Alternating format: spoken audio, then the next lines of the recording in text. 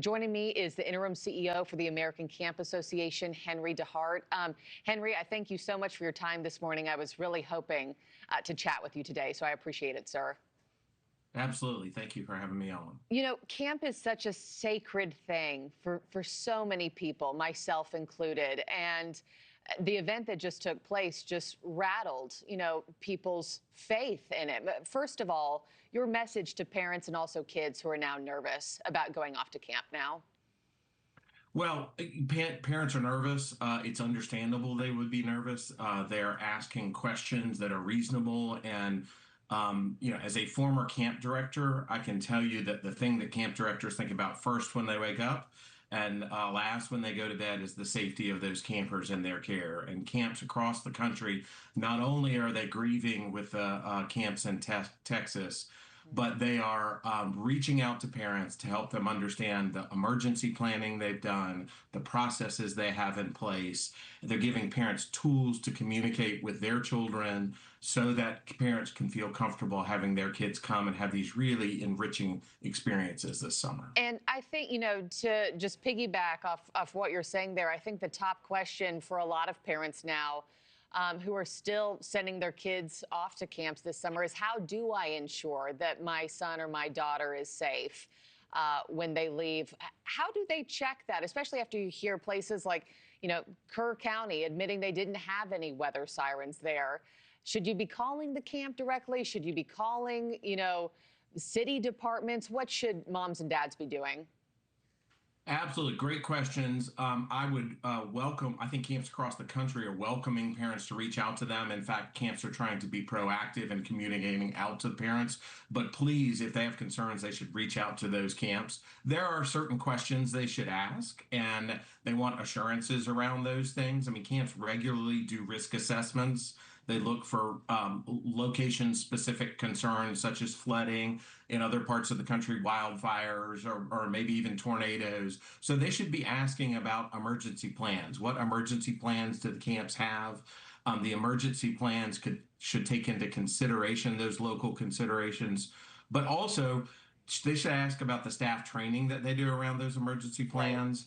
Camps rehearse those emergency plans. They should ask about the communication plan that's a component of that. How will they get their information, which is part of what you were talking about? Where does that come from locally?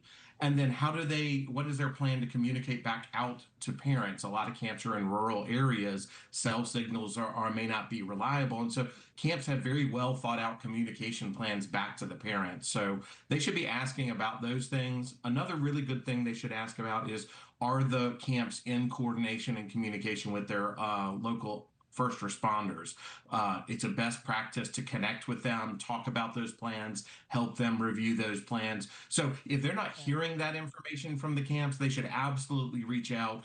And camps have these plans. They review them annually, but I can guarantee you after these events, leaders at camp are picking up those plans and just doing another take to see if there's anything else they've learned from this that they should tweak. But parents should certainly engage with the camps. And speaking of tweaks, and you brought up communications, which brings up another major point of this whole story.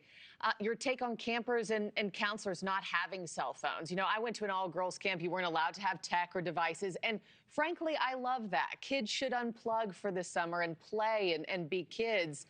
I wonder, though, after this event, should that change at all? Should kids have phones to get, overnight notifications? I don't know. Your thought on that, sir?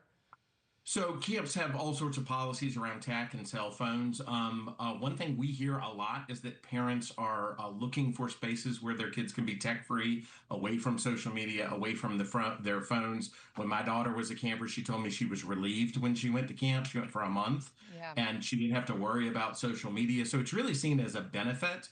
I think camps, what parents should do is focus on what the communication plan the camp has. In the event of a natural disaster like we just saw, it is likely that cell phones aren't going to be operational anyway because networks are down. The camp should have a much better plan for communicating with parents. I think the benefits of having a break from social media and being tech-free are really significant. And the benefit of a child having a phone isn't going to really mitigate the concerns around communication parents have. But ultimately, each camp's going to have to figure that out, talk to their parents and community, and figure out what's best for them. Thank you for watching. Subscribe below and download our NewsNation app right now on your phone, and you will get fact-based, unbiased news for all Americans.